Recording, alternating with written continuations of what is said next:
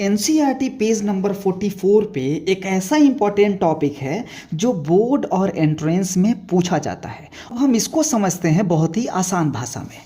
तो ये बात तो क्लियर है कि सर अगर नाइट्रिक एसिड का रिएक्शन अगर मेटल के साथ किया जाए तो हाइड्रोजन गैस इवॉल्व नहीं होगा because of nitric acid is a strong oxidizing agent. It oxidizes H2 to produce water.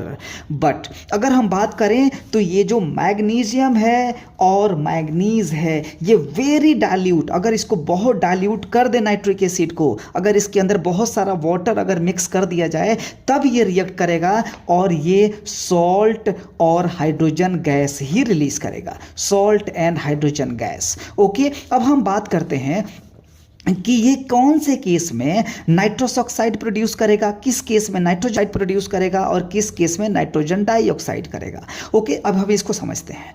जब मेटल का रिएक्शन अगर कंसंट्रेटेड नाइट्रिक एसिड के साथ हो रहा हो, कंसंट्रेटेड नाइट्रिक एसिड के साथ होगा तो ये सॉल्ट प्रोड्यूस करेगा, H2O प्रोड्यूस करेगा और नाइट्रोजन डाइऑक्साइड ऑलवेज प्रोड्यूस करेगा। कौन से केस में? कंसंट्रेटेड के केस में। यानी कि आपको याद रखना है कि कंसंट्रेटेड नाइट्रिक एसिड के केस में ऑलवेज नाइट्रोजन डाइऑक्साइड ये प्रोड्यूस करेगा। अब हम बात करते हैं अपने डाइल्यूट के केस में। अगर ये नाइट्रिक एसिड डाइल्यूट है और अगर जो मेटल आप लिए हैं अगर वो मेटल हाइड्रोजन से बिलो है, हाइड्रोजन से नीचे है, अगर इससे कम रिएक्टिव है तो इसका रिएक्शन के बाद एक ये सॉल्ट का प्रोड्यूस करेगा और वाटर प्लस नाइट्रोजन मोनोऑक्साइड का फॉर्मेशन करेगा। ये बात क्लियर है। और अगर हम बात करें कि सर अगर हमने डाइल्यूट नाइट्रिक एसिड लिया है और अगर वो मेटल हाइड्रोजन से अबव है, ये दोनों मेटल्स तो बहुत ही खतरनाक हैं,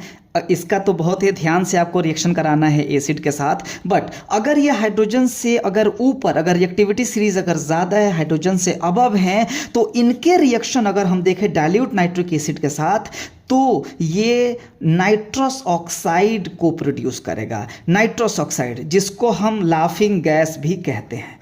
क्लियर है?